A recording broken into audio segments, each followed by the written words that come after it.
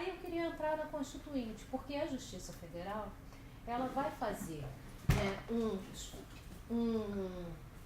lobby, no sentido positivo da palavra, né, de ser um grupo de pressão, de interesse durante a Assembleia Nacional Constituinte, principalmente pela criação do Superior Tribunal de Justiça, que acaba sendo criado. Né? O senhor chegou a participar dessa organização, da eu cheguei a escrever, ainda como juiz federal em Minas, propondo uma reforma em que eu sugeria a criação de 3 tribunais superiores. Este trabalho, de certa forma, serviu de base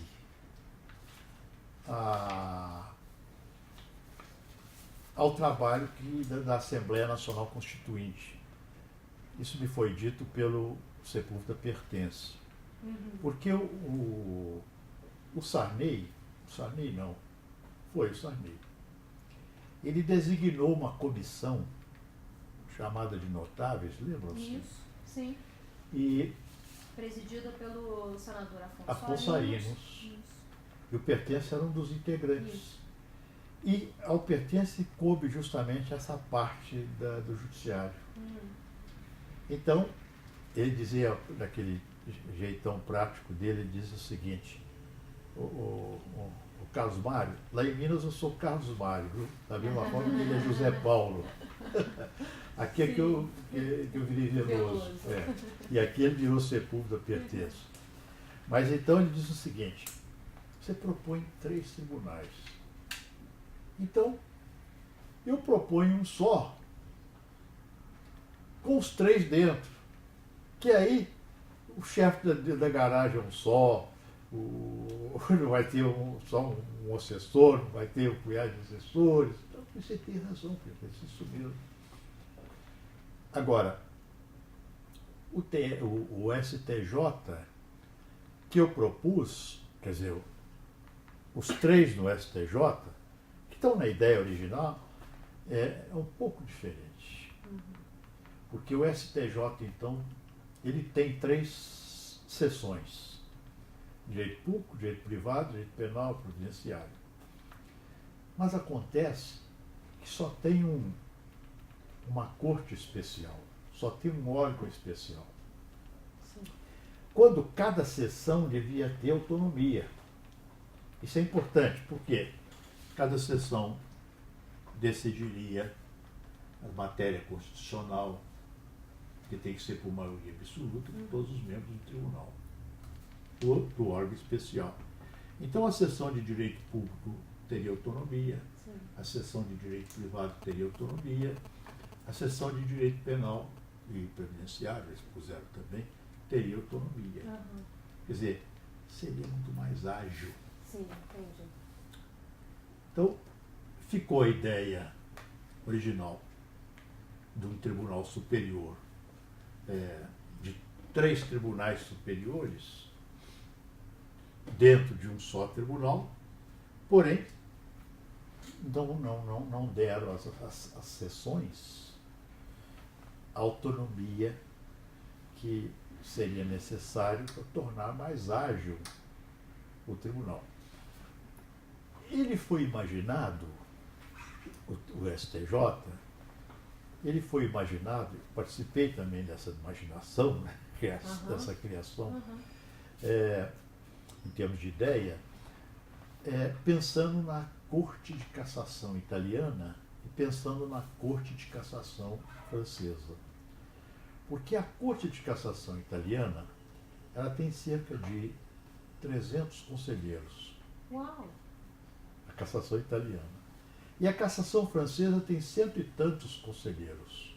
Nossa, tá bom. Mas os conselheiros estão divididos em salas, com autonomia. Eles só se encontram eventualmente e no dia da independência para cantar o hino nacional. Entendi. E era assim que nós pensávamos que devia ser o STJ. Isso era um consenso dentro do Tribunal Federal de Recursos? Entre aqueles que estudavam a questão. Agora, uma coisa interessante. Mas no final, o Tribunal Federal de Recursos começou a reagir, porque ele seria extinto. Sim. Então alguns ministros ficaram horrorizados com aquilo. Mas extinção, eu me lembro que o Sarney, isso já votada, né, já estabelecido, Sarney presidente, ele foi visitar o STJ, o TFR, o antigo TFR. E o discurso dizia, protestava contra a extinção. Eu me lembro que o Sarney falou, não, mas esse tribunal vai se tornar um tribunal maior. Mas então teve um setor do TFR que ficou... Que a percepção não contra. era que seria um tribunal maior, mas seria o fim Seria o fim do tribunal. Mas exato, não estavam percebendo. Um pequeno setor lá. Inclusive, não convém nem mencionar nome. Porque... Mas é possível contar sem mencionar nome? Pode, Sim. Mas protestou junto ao presidente, o então presidente Sarney. Protestaram. E o presidente Sarney teve essa expressão. Não, o tribunal vai se tornar um tribunal maior, de maior expressão. E se transformou mesmo. Então, hoje, o que eu penso que deve ocorrer no STJ, tornar essas sessões autônomas. Sim. O tribunal só tem uma cabeça, o presidente, com 3 salas autônomas. Autônomas para quê? Para decidir em definitivo aquelas questões próprias da sessão. Autonomia funcional, portanto, sem deixar de ser o STJ. Dentro do STJ, sessões que já tem, não é? Já tem 3 sessões lá, mas falta conferir a essas sessões, na minha opinião, a meu ver, a autonomia para funcional, para encerrar em definitivo as questões ali. Essa minha ignorância por não fazer parte do campo do direito, então uma cientista política falando. Não há um risco nessa sua ideia de que não se encerre nas câmaras e isso venha para o órgão especial, ou seja, que na verdade se cria... Não, mas cada uma dessas sessões é um órgão especial. Sim. É definitivo. Então não teria nunca um encontro de todos? Não. Nunca. Entendi. Agora eu entendi. Todos encontrariam a cantar o hino nacional no dia de festa, como ocorre na cassação italiana, como ocorre na cassação francesa. Quer dizer, haveria ganhar-se-ia tempo. Sim. Era uma forma de evitar essa famosa lentidão processual.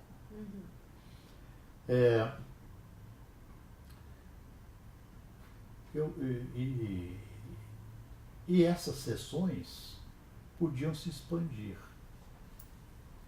Amanhã ou hoje chega-se à conclusão de que a matéria tributária e previdenciária já ganhou, tem um número tal de recursos que justificaria a criação de uma 4ª sala. Então as salas poderiam sendo criadas de conformidade com as necessidades, né? Estudos científicos, claro, a respeito, né? Estatísticas. Então, eu penso que isso poderia ocorrer no STJ. E a Constituição deixou isso em aberto, né? Deixou. Porque ela diz mínimo de 33. O STJ terá um mínimo de 33 ministros. Quer dizer, a lei pode alterar. E ampliar. Porque fala um mínimo de 33. Pode ampliar. Eu sou também, não sou muito de favorável à ampliação, criando-se cargos, não, viu? Sim. Eu acho que mais importante é racionalizar. sempre sustentamos a tese de que no Supremo Tribunal deveria existir aquilo que a Suprema Corte norte-americana tem, que é a possibilidade da escolha, em razão do interesse nacional. Porque a Suprema Corte não é compatível com a Suprema Corte julgar questões que interessam a meia dúzia de pessoas. Ela tem que julgar questões que interessam milhões de pessoas. E é assim na Suprema Corte desde os anos 30, né? Quando eles estabeleceram essa possibilidade, quer dizer, esse pressuposto do recurso à Suprema Corte. E ganhamos, não é, com a emenda constitucional 45, a repercussão geral, que é mais ou menos isso que tem na Suprema Corte norte-americana. Já tivemos a redução de cerca de 70% do número de recursos extraordinários no Supremo Tribunal. A criação do Superior Tribunal de Justiça também não foi uma tentativa que isso acontecesse? Foi também. Mas infraconstitucional mas o Superior não tem ainda essa possibilidade de, quer dizer, de conhecer apenas somente de questões que cuja matéria discutida tenha repercussão geral. Entendi. No campo jurídico, no campo econômico. É claro que uma matéria, por exemplo, que diga respeito a juros fixados pelo Banco Central, isso tem um interesse, uma repercussão geral. Isso interessa a milhões de brasileiros. Sim. A Suprema Corte tem uma questão interessante. Veja como é importante isso. A possibilidade dela escolher o aborto, tão noticiado, não é? A Suprema Corte já há anos que admitiu a possibilidade do aborto. Isso surgiu num caso concreto. No Texas, né? Uma jovem se engravidou, queria fazer o aborto, a lei texana não permitia, ela foi à justiça texana, a Suprema Corte do Texas indeferiu, então ela recorreu à Suprema Corte. Quando a Suprema Corte foi examinar, a criança tinha nascido. E a Suprema Corte o que fez? Normalmente diria, está prejudicado, não é? Processualmente falando. Falou, não, essa ação não está prejudicada, porque ela não interessa a fulana, ela interessa a milhões de mulheres norte-americanas.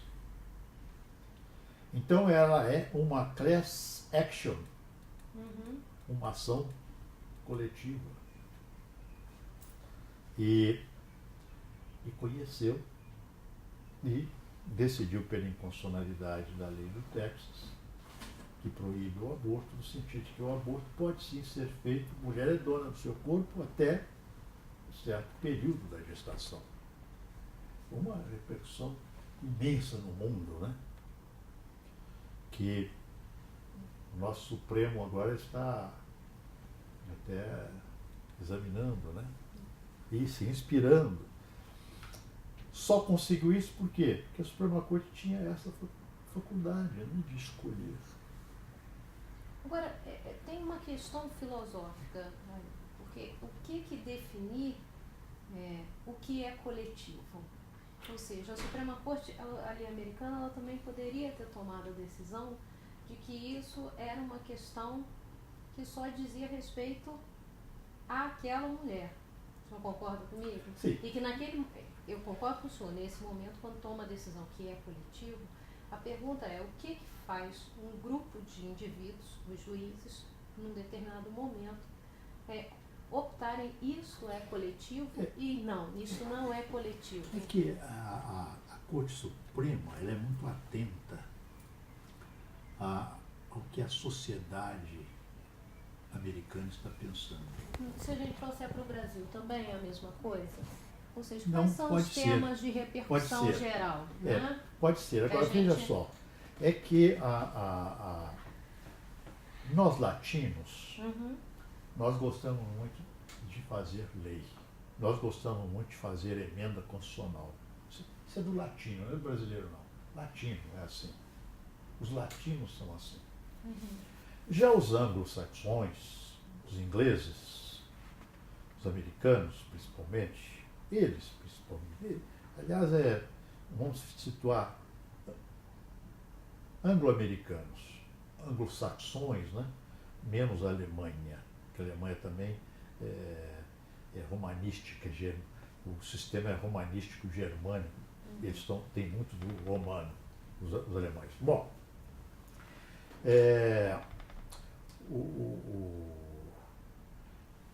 então a Constituição norte-americana tem 27 emendas só. Uhum. E tem mais de 200 anos, ela é de Sim. 1787. Muito bem. Será que ela só tem 27 emendas? Será que aquela Constituição feita no tempo das diligências, ela serve de base para uma administração que está mandando uma nave a Marte, mandou um homem à Lua? Sim. É que a Suprema Corte, as emendas lá, as mutações constitucionais são feitas pela Suprema Corte. Uma vez eu estive na Suprema Corte norte-americana e me mostraram na biblioteca uma estante, sim, com os livros parecidos com aqueles ali, dourados, né? Uma estante imensa. Aqui são decisões a respeito da Constituição norte-americana. São emendas. A Suprema Corte norte-americana, durante algum tempo, decidiu que o imposto de renda seria inconstitucional. Depois decidiu que era constitucional. Mudou o texto? Não. Mudaram as circunstâncias. Mudou-se a Constituição real. O que é a Constituição real? É a Constituição que se assenta na realidade econômica, na realidade histórica, Sim. na realidade religiosa, por que não? Uhum. Na sociologia, não é? Nas realidades Sim. da vida de uma nação, da vida de um povo. No momento em que a Constituição jurídica se desassocia dessa Constituição real, substancial, material, ela vira aquilo que já se disse, mera folha de papel. Uhum. E a Suprema Corte americana faz isso com muita perfeição. Já cometeu erros. Sim. Já cometeu erros. Lógico, o homem não é infalível. Sim, claro. Ela, por exemplo, deu causa à Guerra da Secessão. Sim. Mas os americanos sempre pagaram o preço. Não, continuam. Essa questão, ela é debatida no período da Assembleia Nacional Constituinte no Brasil, com referência assim, qual o papel, por exemplo, do Supremo Tribunal Federal? E qual o papel do superior, ou seja, na tentativa de criar o superior, né, de transformar, foi muito dar uma nova feição? Foi né? sim. E a Constituinte teve a sorte de ter ali constituintes, deputados constituintes, parlamentares constituintes de conhecimento jurídico, né? E até que não eram advogados, por exemplo, foi governador de São Paulo, teve um papel saliente na Constituinte, Mário Covas. Ele tinha assessores do melhor nível, um deles era o professor José Afonso da Silva, Sim. que foi assessor da Constituinte, quer dizer, levado por ele, Mário Covas. Uhum. E outros, viu? O Siqueira Castro, esse notável advogado, né? Hoje, e ele era subprocurador-geral da República, mas sempre foi um constitucionalista de escola, formado em Yale ou na Harvard. O certo é que ele foi quem? Siqueira Castro. Eu até estou acentuando, foi ele, porque alguns dizem que fui eu, não fui não. Foi ele que fez incorporar à Constituição brasileira uma conquista notável, que é o devido processo legal em termos substanciais.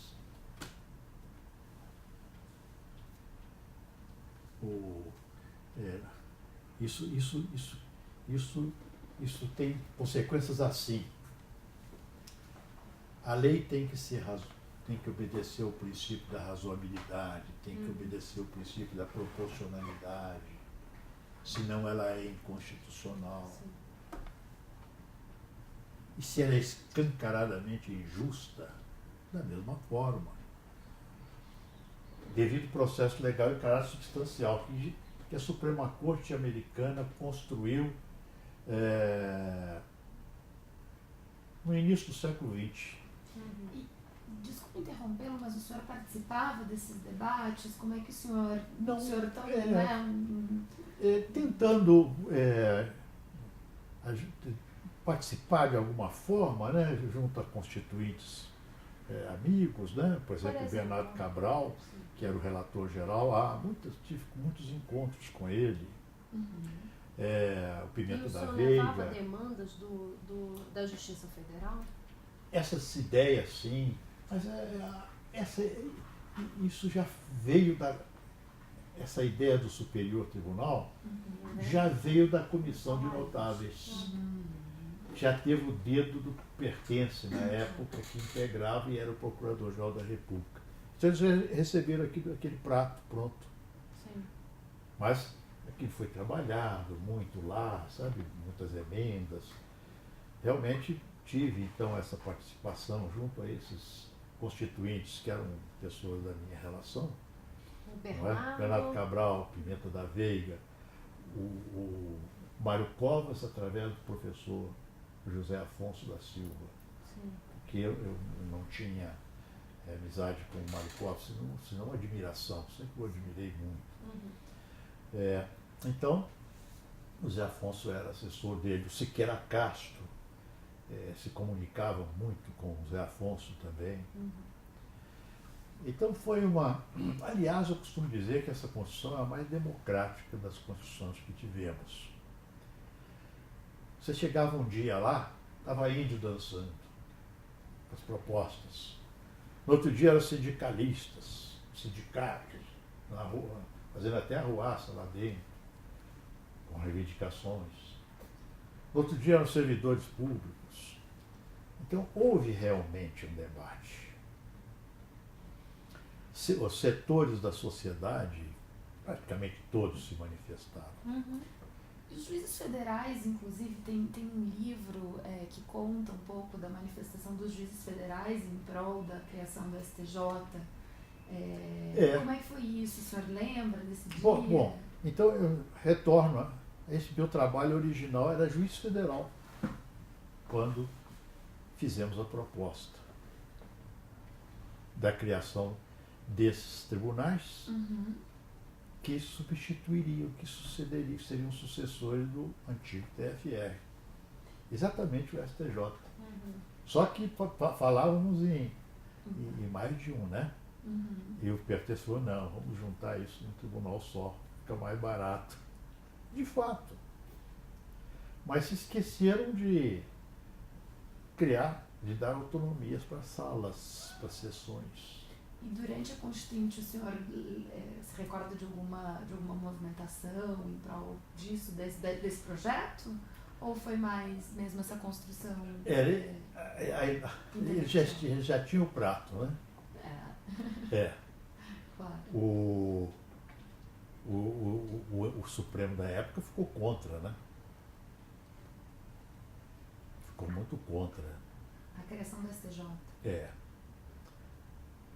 Vocês vão ouvir alguns.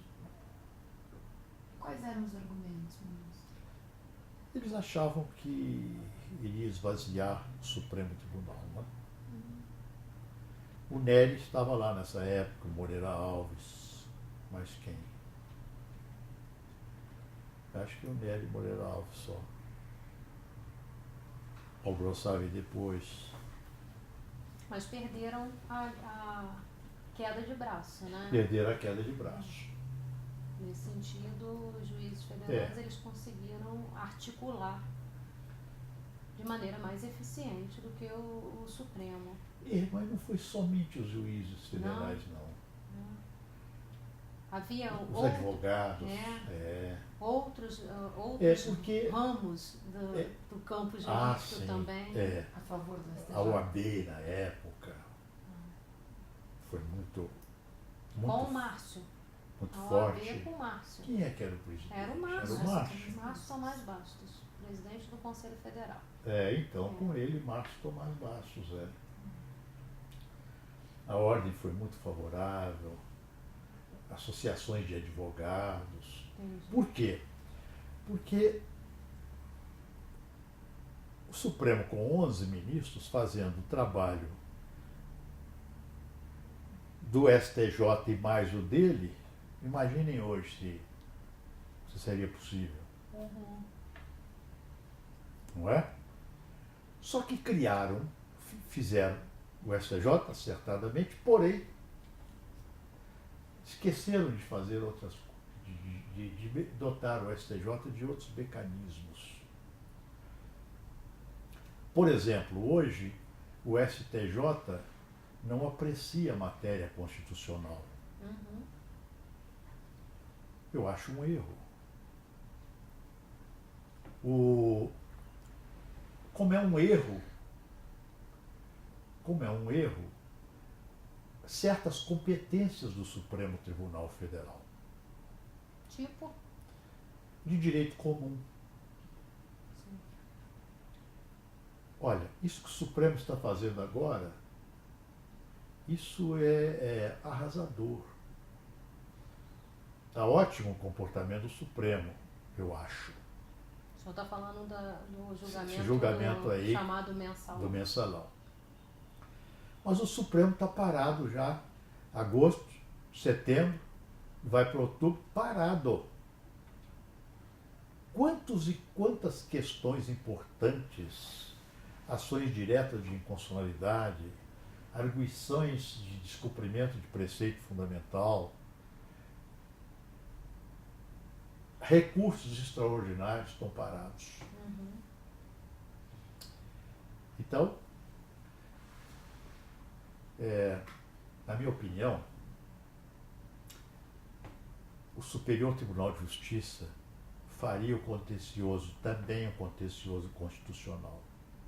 Como o TST faz, como o TSE faz. E haveria o recurso extraordinário para o Supremo Tribunal Federal, porém, em duas hipóteses apenas. No caso de ser declarada inconstitucionalidade pelo STJ de uma lei, de um tratado, ou no caso de o STJ decidir contrariamente a uma decisão já sobre matéria constitucional já estabelecida pelo Supremo. Então, e essas competências de direito penal, isso não devia existir. Esse tal foro privilegiado só deveria existir para o presidente da República, para o chefe, para o presidente da Câmara, o presidente do Senado, o presidente do Supremo. E os demais? Os demais, juiz natural ou juiz de primeiro grau, como é nos Estados Unidos. Por que nós temos isso aqui? Porque nós somos império. E a característica da monarquia são as honrarias, são os privilégios. A república, a característica é a simplicidade, é a igualdade. Por quê? o parlamentar precisa ser julgado pelo Supremo Tribunal Federal. E nunca foi assim na história republicana brasileira. Nunca foi assim. Sabe quando se estabeleceu esse foro privilegiado para parlamentares no Supremo Tribunal? Não, Com a emenda constitucional número 1, outorgada pela Junta Militar. eu imaginei. É. Porque precisava proteger Mas sabe por quê? aqueles que apoiavam o regime. É que né? a junta, quer dizer, quem elaborou a emenda número 1, entendeu que o deputado não podia ter imunidade quando falasse mal dos militares, ou falasse mal, ou cometesse crime de difamação, calúnia ou injúria. Então, olha, nós vamos alterar, não vai ter imunidade parlamentar. Porém, vocês só poderão ser julgados pelo Supremo Tribunal Federal. Claro, porque nesse momento havia a tese em parcelas do governo que o Supremo era favorável ao regime.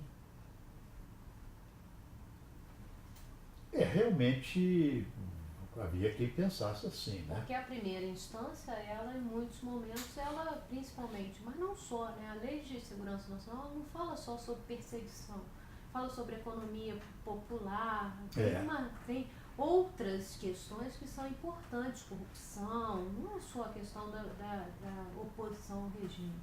Mas muitas vezes a primeira instância, ela decidiu contra, né? O senhor mesmo contou aí um caso que o senhor também teve contra. De repente, mais fácil controlar 12, 13. Agora, os juízes, viu?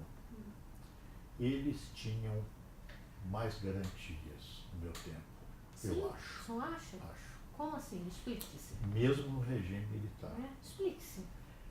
Hoje, os juízes são muito perseguidos. Os juízes viraram bola da vez. Então, hoje, o que é lamentável, mas está ocorrendo, os juízes, não todos, claro, mas uma boa parcela estão intimidados. Mas por quê? Porque podem ser acusados de estarem agindo em conluio. Por exemplo, quantas vezes o juiz precisa de despachar, mandar levantar uma certa importância depositada em juízo? Hoje, muitos juízes não fazem isso. Por quê? Porque podem ser tidos como em conluio com a parte. Entendo. Entende? Houve como que uma banalização da função jurisdicional. Então, estou dizendo isso porque eu tenho conversado com advogados, e hoje eu converso mais livremente, né? Porque hoje estou advogando, então é mais livre. Os advogados me falam claramente. E alguns juízes que eu converso, por exemplo, vou fazer uma palestra agora, sexta-feira, em Florianópolis, para juízes federais, principalmente, né? Vai ter advogados também, membros do Ministério Público, mas principalmente os juízes federais, porque é um curso promovido pelo Tribunal Regional Federal da 4ª Região. E eu vou ter oportunidade de conversar com os juízes, principalmente os gaúchos, a esse respeito, sabe?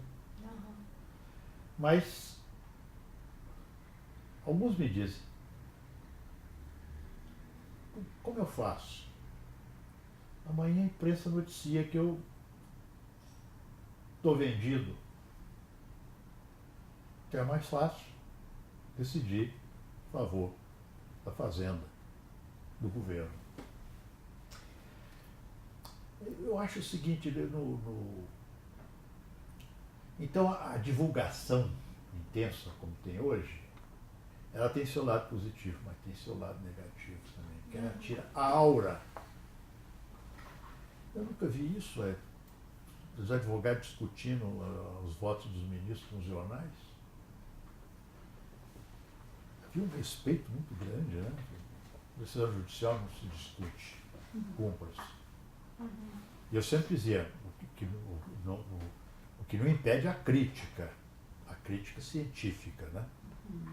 Claro, a crítica científica é importante. Eu sempre, a pedido, por exemplo, das revistas, eu mandava minhas sentenças quando era juiz para publicar, na esperança de receber uma crítica do jurista, né?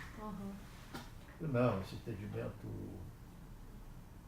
Existia isso nas revistas.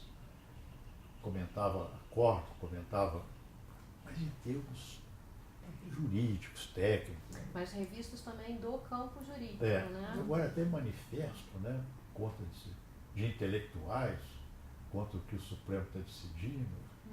O Supremo está decidindo corretamente. Realmente, num determinado momento, ele exigia o ato de ofício, que eu nunca achei que podia ser exigido, devia ser exigido. O sujeito recebe uma propina para fazer um determinado ato, funcionário público. No momento que ele recebeu a propina, ele não se corrompeu? E se ele embrulhar o sujeito e não praticar o ato? Ele deixou de ser corrupto? Não deixou. Agora, se ele praticar, agrava a pena. Agrava a pena. Isso está expresso no Código Penal. E é assim que o Supremo está decidindo. E vem esse manifesto dizendo que está contra o devido processo legal. Existe, no meu tempo, era discutido nos autos, em termos, né? No seu tempo no STF, esse... Também no FTS, no STF. Mas nos últimos... No meu tempo não tinha televisão aberta, né, no Supremo. Não tinha, Não. quando o senhor estava Eu, na minha presidência, eu coloquei a internet. Sim. E podia... dentro da sessão. eu podia ter no computador, né? Se ele colocasse ali o site do Supremo, né? Mas não eram sessões plenárias todas, não. Eram temas, né? As Depois sessões de- temáticas da sua presidência que foram transmitidas pela internet. Agora depois veio a televisão, né?